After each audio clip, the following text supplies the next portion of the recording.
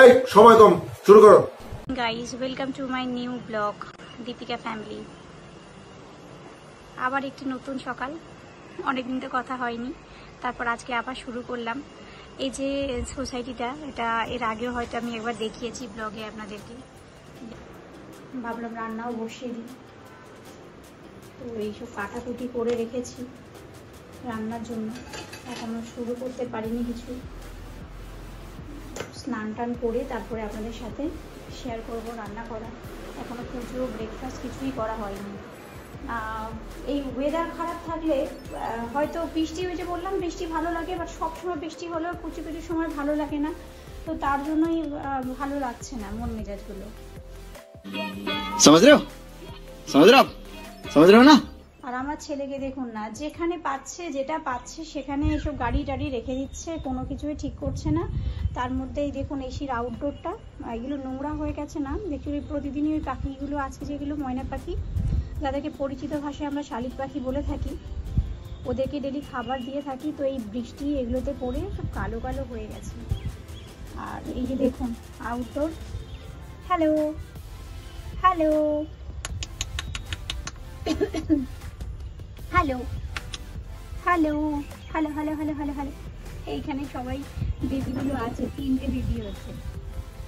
3টে বেবির সাথে কথা তো বলতে পারবো না, ওরা মাঝে মধ্যে করে রয়েছে পোকামাকড় খাওয়ার तू समझा?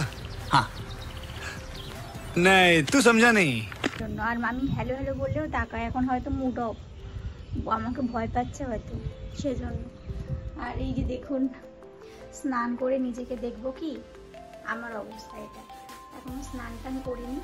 আর এই ব্লগ করার জন্য আমি নতুন করে সব কিছু করে ভাবি যে সব টাইমে করব, আপনাদের সঙ্গে সব কিছু শেয়ার করব, বাট সেগুলো আর হয় না। আমি এতটাই লেজি, মুড অফ হলে তো এমনিতেই ইচ্ছা করে না, তাছাড়াও আমি লেজি।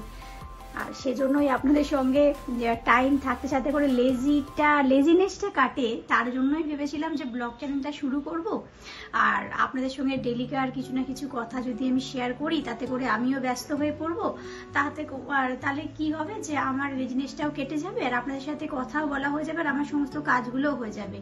কিন্তু যেই বা সেই এরকম চ্যানেলের এর আগেও আমি বহুবার ক্রিয়েট করেছি আর বহুবার ডিলিট করে দিয়েছি, অথবা সেই অবস্থায় পড়ে রয়েছে।